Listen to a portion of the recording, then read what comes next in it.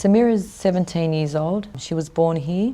She has an older brother who's 19 and she has a younger brother who's 14. She went to a private Islamic school, which was really good in some ways because they were very compassionate and loving and sort of always looked out for her. She's a lovely child. She's very friendly. She's a character. Like she speaks her mind, and sometimes it can be inappropriate, but a lot of times it's just like what other people thinking but won't say. And she's very affectionate and loving, and I feel blessed to have her. My first tip or suggestion would be to investigate.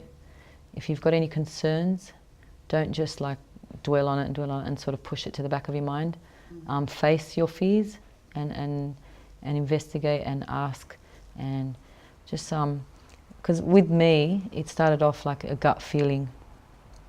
I felt that something wasn't quite right with my daughter, and this was like, you know, maybe 6, 7 months old. I felt she was too quiet. She had limited interests. She'd just play with her fingers, watch the same videos over and over. I couldn't get her interested in, you know, look at this plane, you know, nothing like that. And I noticed at the time when you really bond, because I had an older child and I knew what the norm was, sort of, you know, second-time mother. The time where she should have been, if I went past, she should have been sort of, you know, calling out for me, like come. She was like in her own little world. And I kept voicing my concerns to my husband, saying, you know, that something doesn't quite feel right here. You know, she's too quiet, she doesn't do this, she doesn't do that. And he said, oh no, you know, everybody develops at a different rate. She's different to her brother, you can't compare her with her brother. You know, he reassured me. And you sort of want to believe that as well. You think, yeah, maybe he's right, you know, maybe I'm looking into it too much. But I think it's important to voice your concerns, whether it be with your GP, at the baby clinic, the nurses there, you know, they can sometimes give you some insight into it.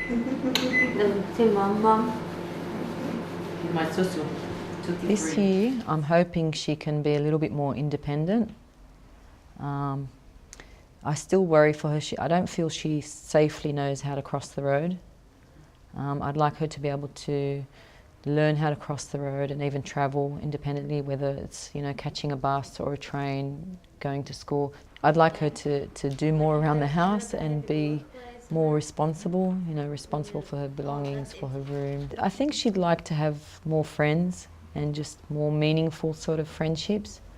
I know last time she was on Kick or something, and she saw photos of all her friends going out and everything. She said, oh, they always go out without me, you know.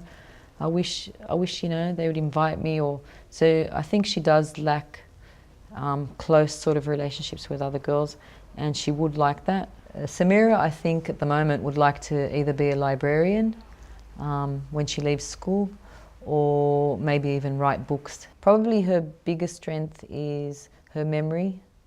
I think that served her really well to get her where she is at the moment. It helped her to read because she would remember all her sight words, and that sort of helped her vocabulary a lot.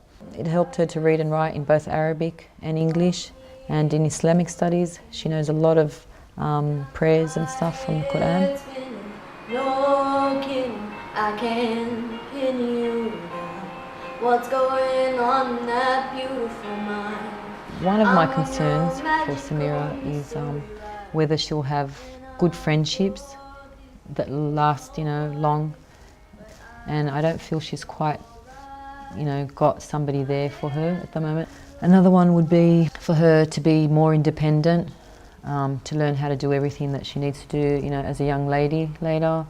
I worry about whether she'll be able to marry, you know, if she find a suitable life partner that is understanding and, you know, supportive of her.